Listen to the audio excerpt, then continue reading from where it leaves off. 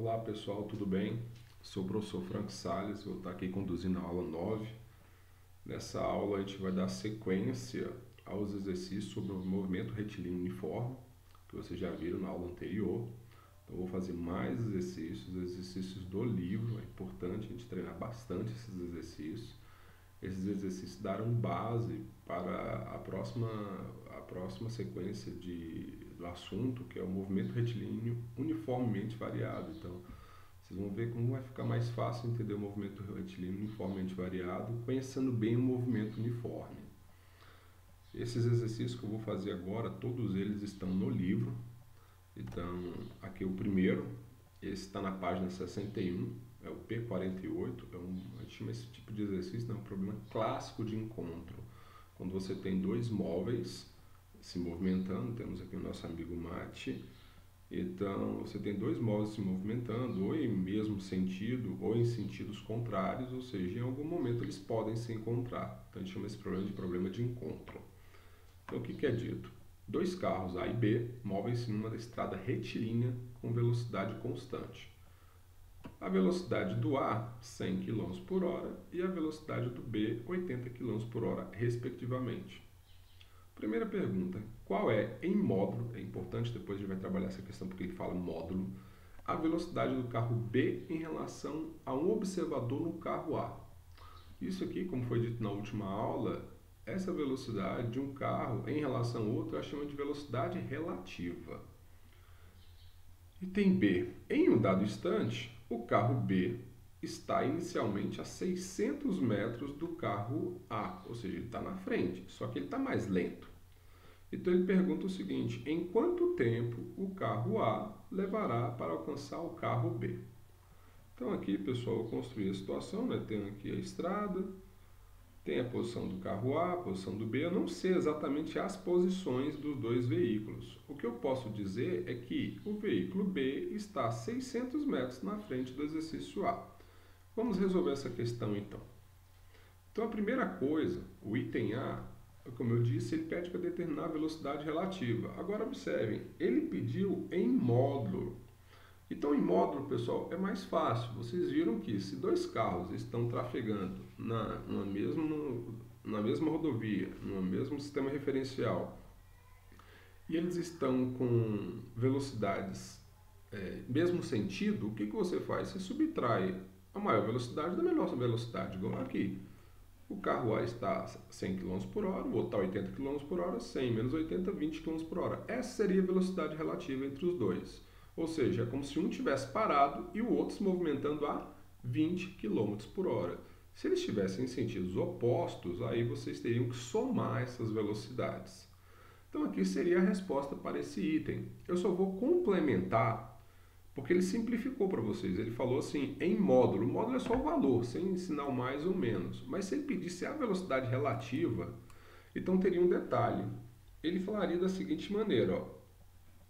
A velocidade relativa do B em relação ao observador A. Ou seja, se você estivesse nesse carrinho amarelo, o que você vai observar é que o B se aproxima de você.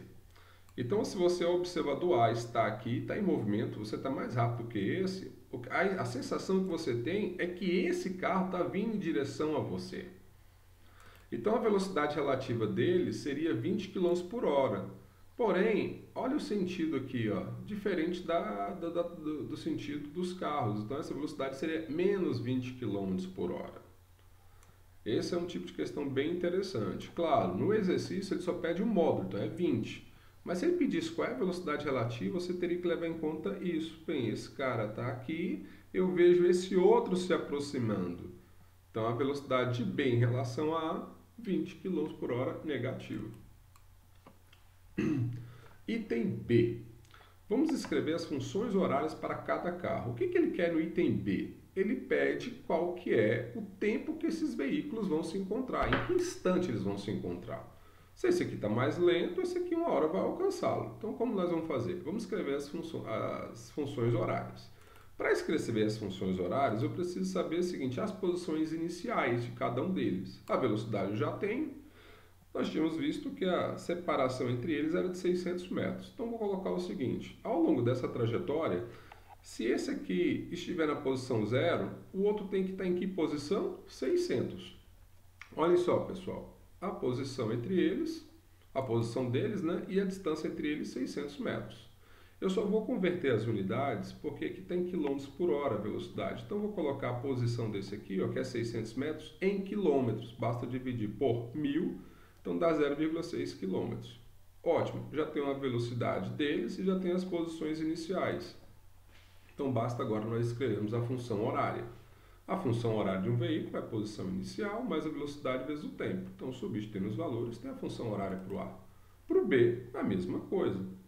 Posição inicial mais velocidade. Quando os carros se encontrarem, bem, quando eles forem se encontrar, eles vão estar na mesma posição. Então, lá no encontro, o A, a posição do A, vai ser igual à posição do B. Então, vamos igualar essas duas equações. Pego aqui, igualando as duas equações, essa equação vai dar 100t, porque é zero aqui, né? É igual a 0,6 mais 80t.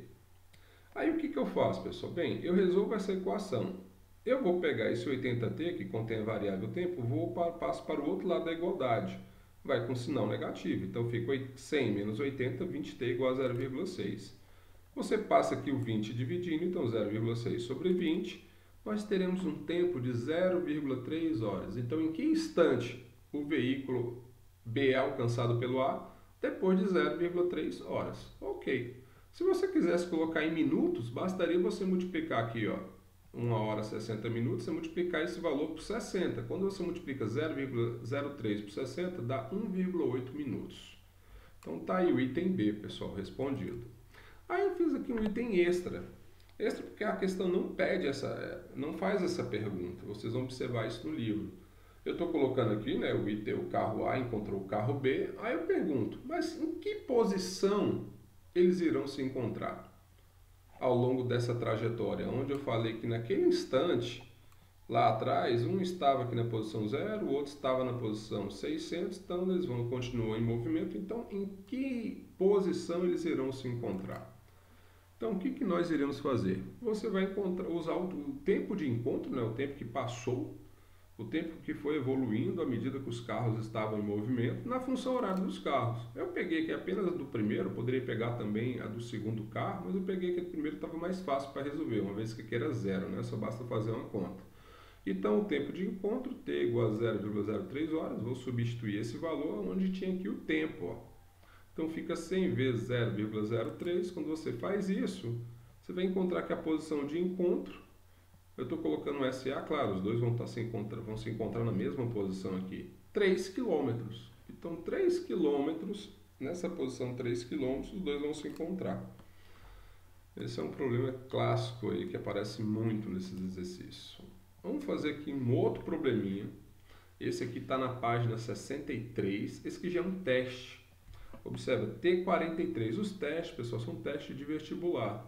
Vocês vão ter sempre questões aí de múltipla escolha, pode ser também de VOF. Então, é uma questão de vestibular. Também é um problema de encontro. Dá para vocês observarem aqui pelas figuras, né, que você tem dois veículos trafegando em direções opostas. Como eu tinha dito na primeira aula sobre o movimento retilíneo uniforme, esse tipo de equação é muito utilizado pelos sistemas de rastreamento, né? Se você conhece as posições dadas por GPS e também a velocidade dos veículos que pode ser obtida por GPS, você pode construir sistemas, programas, né, de maneira que você consiga rastrear os seus veículos, sejam eles caminhões de carga, ônibus ou mesmo aviões. Então, nesse exercício aqui, ele fala o seguinte: um caminhoneiro parte de São Paulo com velocidade escalar de módulo igual a 74 km por hora. Observem, tanto esse exercício como no anterior, eu não estou trabalhando nas unidades do SI. Estou trabalhando em quilômetros para distância e horas para tempo. No mesmo instante, parte outro de Camaquã, no Rio Grande do Sul, com velocidade escalar constante igual a 56 km por hora.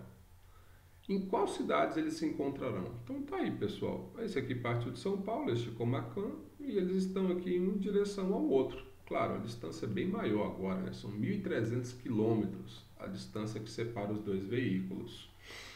É só um dado aqui geográfico, sobre geografia para vocês, né? é interessante um pouco sobre logística. Essa rodovia, pessoal, que passa por essas cidades aqui, que liga São Paulo ao Rio Grande do Sul, é a BR-101 do nosso país. Então vamos resolver isso aí. Então, como no exercício anterior, a primeira coisa que a gente tem que fazer é determinar as funções horárias. Para isso, o que a gente faz? Determina as posições iniciais. Então eu vou colocar quilômetro zero da rodovia, que ele está colocando aqui nessa situação, é a posição inicial do A, e o B ele está lá no quilômetro 1300. Vamos escrever as funções horárias. Então vamos lá, pessoal. O caminhão aqui azul, ele está indo nesse sentido da trajetória, aonde as posições aumentam. Então já vou começar a abordar uma questão aqui que eu não tinha falado até então. Por exemplo, a velocidade desse veículo faz com que a posição dele aumente. 0, 30, 100, 200. Então essa velocidade ela vai ser positiva, mais 74. Então a posição inicial 0, mais 74 km por hora vezes o tempo. Já para o caminhão B, ele está na posição 1300, né? Já vimos lá. Só que observem o seguinte, pessoal, aqui tem um menos. Por que eu coloquei menos aqui? Porque o sentido do movimento dele é para a esquerda. Se vocês observarem naquela figura anterior, à medida que ele se movimenta, ele sai do quilômetro 1300, depois vai para o 1100, depois para o 500. Então a posição dele diminui com o tempo, é um movimento progressivo dele em relação àquela trajetória que a gente escolheu, aquele sistema referencial. Então por isso que eu coloquei o menos aqui, ó. Isso é muito importante. Então agora é repetir o que nós fizemos no exercício anterior. Então a gente vai igualar a posição dos dois veículos. Quando a gente iguala a posição dos dois veículos, SA igual a SB, então vai ficar 0,74T igual a 1.300 menos 56T. Bem, aqui é 0. Eu passo esse cara aqui que está negativo para o outro lado, né, para colocar de um lado a igualdade somente onde tem variáveis, variável que é o tempo. Então aqui fica o 1.300. 74 mais 56T, basta somar aqui, né, 4 mais 56 dá 60, 70 mais 60, 130T é igual a 1.300. Ficou uma conta bonita, né? 1.300 dividido, passo esse cara aqui dividindo por 130, simplifica, corta esse zero com esse zero, é 130 dividido por 13. Então vai dar 10 horas. Então se eles mantiverem essa velocidade, pessoal, então depois de 10 horas eles irão se encontrar. Claro, numa situação real é muito difícil você manter um carro com essa velocidade o tempo inteiro, mas eu posso pensar que a velocidade média deles ao longo de toda a trajetória é estas aqui. Então você teria uma boa aproximação. Ok, então já que eu tenho o tempo de encontro deles, o que eu tenho que fazer para saber aonde eles irão se encontrar? Eu pego esse tempo e jogo nas equações. Eu posso jogar tanto na equação para o A como para o B. Nesse exercício, eu joguei para os dois. Então, qual vai ser a posição de A depois de passar 10 horas? Então, vai ficar 0 mais 74 vezes 10, 740 km. E a do B? Mesma coisa. Qual a posição do B depois de 10 horas de movimento? T igual a 10 aqui, né? Então, vai ficar 1.300 menos 56 vezes 10. 56 vezes 10, 560.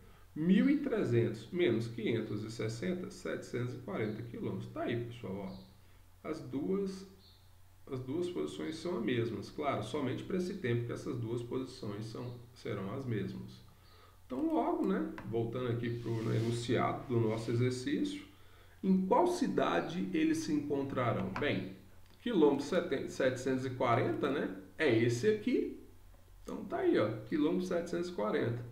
Em que cidade é essa? Garopaba. Então, para quem já morou no sul, né? Garopaba tem praias belíssimas aqui, né?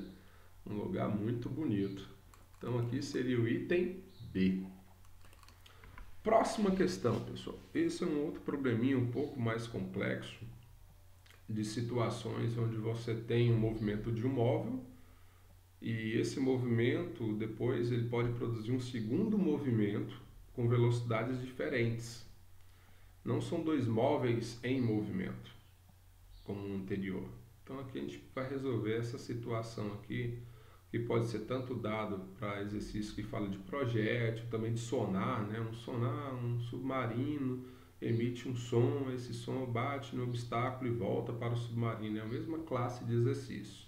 Esse é o exercício 53 e ele está na página 67.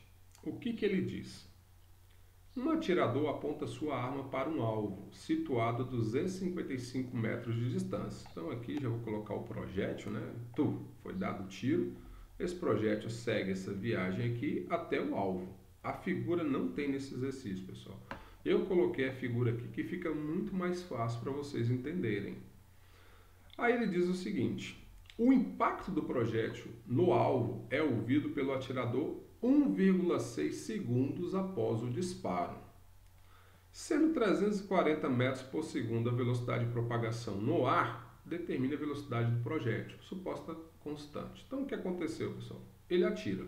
Pá! Solta o relógio nesse momento que ele atirou. Então o projétil, ele vai viajando, acerta o alvo. Quando ele acerta o alvo, ele produz um som. Aí o som é produzido, tá! E esse som vai viajando aqui em direção a você que estava nessa posição. Então, qual foi a distância, tanto que o projeto percorreu nesse sentido, como do som que percorreu nesse sentido? 255 metros. Então, pessoal, eu tenho aqui um movimento de ida, que é o do projétil, e um movimento de volta, que é o do som. E ele fala, o impacto do projétil no alvo é ouvido pelo atirador 1,6 segundos depois. Então, traduzindo, eu atirei, o relógio começa a correr.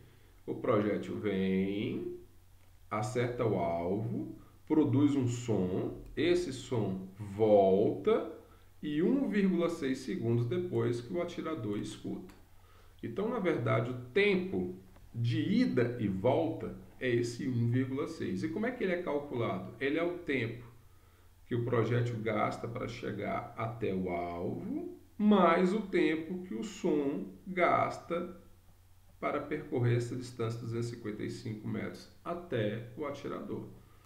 Então, para encontrar essa velocidade aí do projétil, essa é a pergunta, né? Qual é a velocidade do projétil? O primeiro ponto é saber quanto tempo que o projétil gastou para sair dessa posição para essa. Então temos aí, pessoal, então 1,6 é o tempo total, ou tempo de ida e volta, que é dado pelo tempo do projétil mais o tempo do som. Eu vou fazer o seguinte, eu vou isolar nessa equação qual é o tempo que o som gasta. Eu vou resolver, na verdade, duas equações para chegar à resposta desse exercício. Eu vou resolver uma equação de velocidade dada como espaço sobre tempo para o projétil e uma outra equação espaço sobre tempo para o som. Quando eu resolver essa equação, velocidade do projétil, já que ele foi dita constante, é igual a espaço sobre tempo, então bastaria colocar aqui, né? O espaço percorrido pelo projétil é 255 metros e o tempo é o tempo do projétil. Você pode até estar se perguntando, mas por que não, professor? Aqui está ΔS, aqui ΔT. Eu poderia colocar ΔS sobre ΔT. Só que o ΔS sobre ΔT, o ΔT para o projétil, a gente pega o tempo inicial, quando foi dado o tiro, igual a quanto? T igual a 0. Então é isso que eu faço aqui. Então basta aqui saber qual é o tempo que ele gastou. Observe, pessoal, eu tenho duas incógnitas nessa equação. Eu não conheço nem a velocidade do projétil e nem qual é o tempo que o projétil gastou para sair daqui e até o alvo. Então, se eu tenho duas incógnitas numa equação, eu não consigo resolver essa equação. Eu preciso de mais informações. Qual é a outra informação que eu tenho? Bem, o som também participa desse movimento. O som, ele se propaga desde o alvo aqui, né, após o impacto, até onde está o atirador. Então, a velocidade do som vai ser dada, então, já que a gente está falando que é constante, né, o espaço percorrido dividido pelo tempo que o som gasta. Novamente, eu não coloquei ΔT, é como se eu tivesse zerado aqui e só pego o intervalo de tempo que o som gasta daqui para cá, que seria T do som menos zero. Então, tenho essa equação. Como eu tinha a informação inicial do tempo total, que é dado por essa equação, eu isolei o tempo que o som gasta e ficou 1,6. Observem, T do projétil passo para o outro lado, menos o T do projétil. Então, pessoal, eu substituo essa equação aqui, ó. Aí fica 340 igual a 255 dividido por 1,6 menos t. Então agora perceba, eu tenho duas equações para serem resolvidas. Por isso que eu falei que esse exercício é um pouco mais complexo. Me lembrei aqui até que minha orientadora de mestrado me falou uma vez, né? Física, na verdade, quando você pensa em problemas difíceis, né? O que significa esses problemas serem difíceis? É que você tem pequenos problemas todos juntos no mesmo, aí torna-se difícil. Se eu fosse aqui apenas resolver qual é a velocidade do projétil, eu teria feito isso. Se eu fosse apenas resolver qual é a velocidade do som, eu teria feito isso. Só que as duas situações estão juntas. Eu tenho que resolver um para depois resolver o outro. Então é isso que torna o problema um pouco mais difícil. Mas vamos fazer isso. Tem essas equações, né? Vamos resolver agora as duas equações aí para saber qual é o tempo que o projétil gastou e qual é a velocidade do projétil. Pessoal, está mais fácil resolver essa equação aqui, ó, da direita. Por quê? Porque aqui eu só tenho uma incógnita. Aqui eu já tenho duas. Aqui eu não consigo resolver. Então, vamos resolver a equação da direita. Quando eu vou fazer, para resolver essa equação, o que eu faço? Tem esse termo aqui que está dividindo, né? Vou colocar um parênteses aqui e vou multiplicar tudo isso por 340.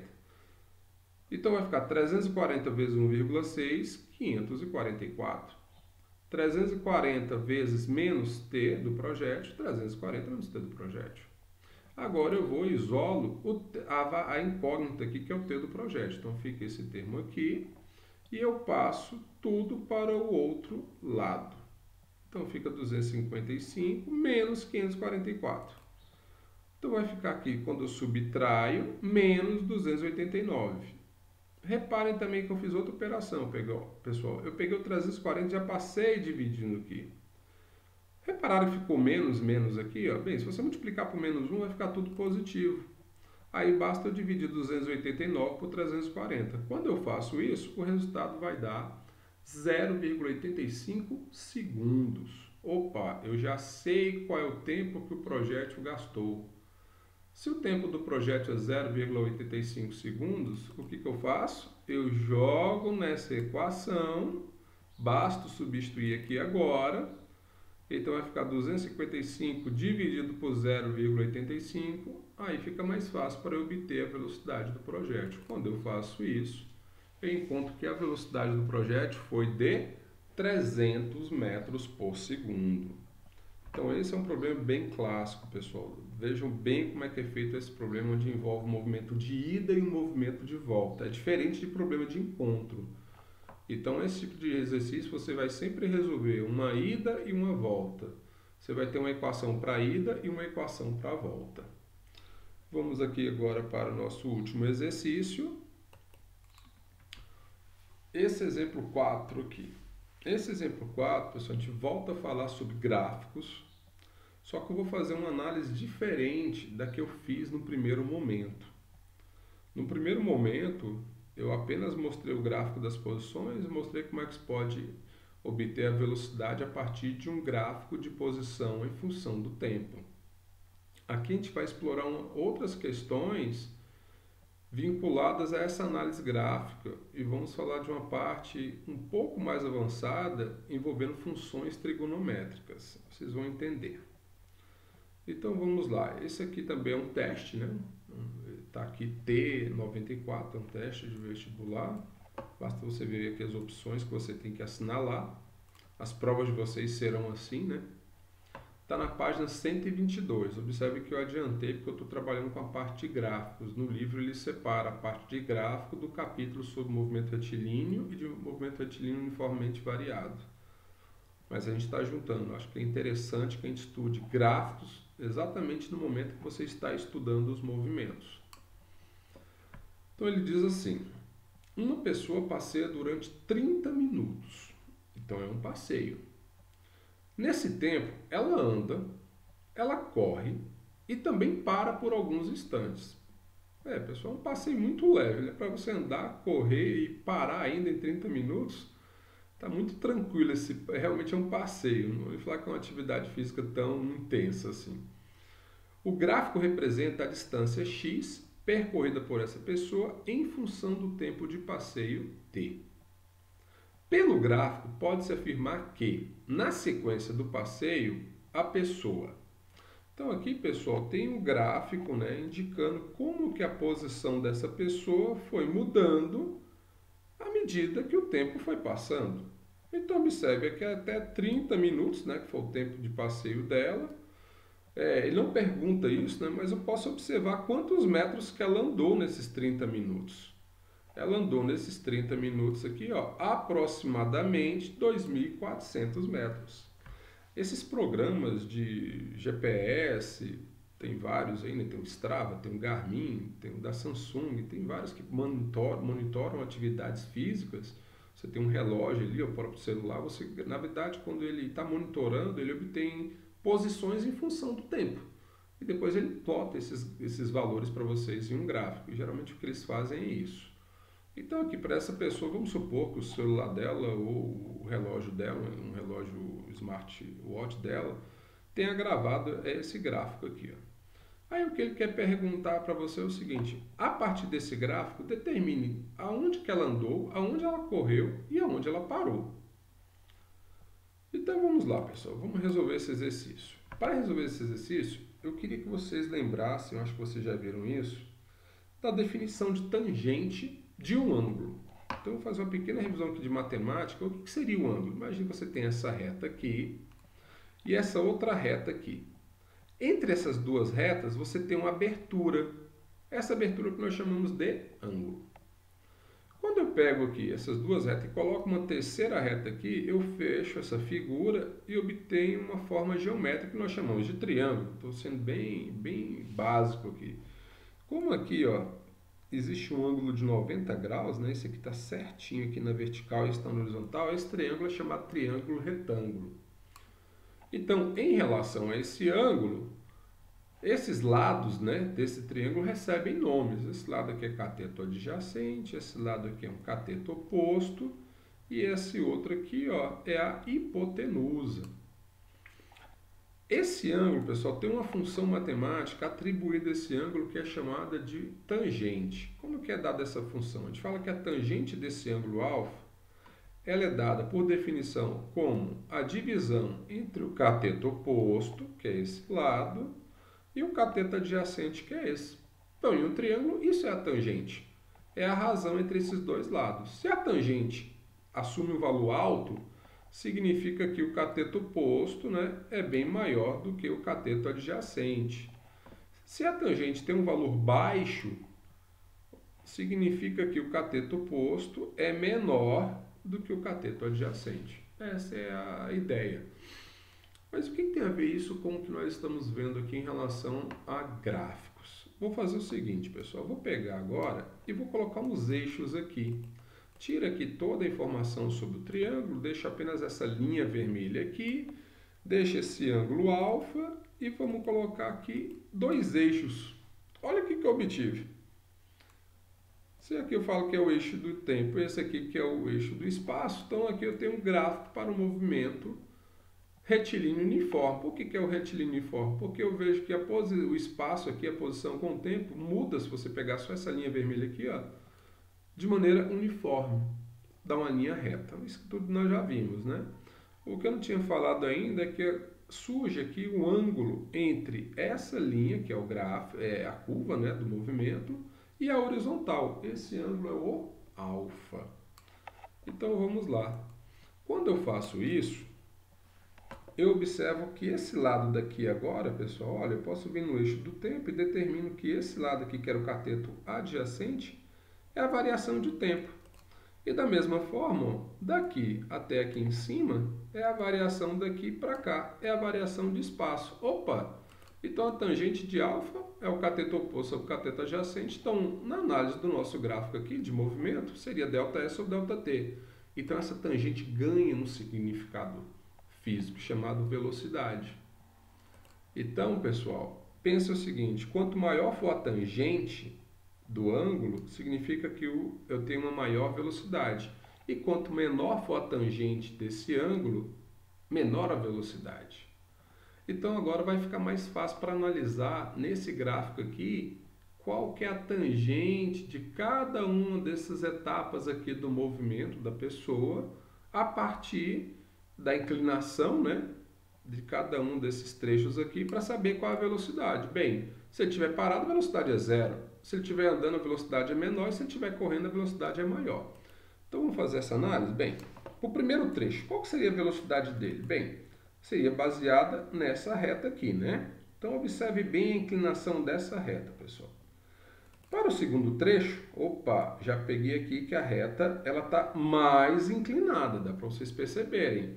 Então, a velocidade do segundo trecho é maior do que a velocidade do primeiro trecho. No terceiro trecho, olha só o que aconteceu, está totalmente na horizontal. Pessoal, se você tem essa linha vermelha na horizontal, teria variação de espaço? Não. Basta observar aqui, né? A posição é constante. Se a posição é constante, ele está em movimento? Não, a velocidade é zero.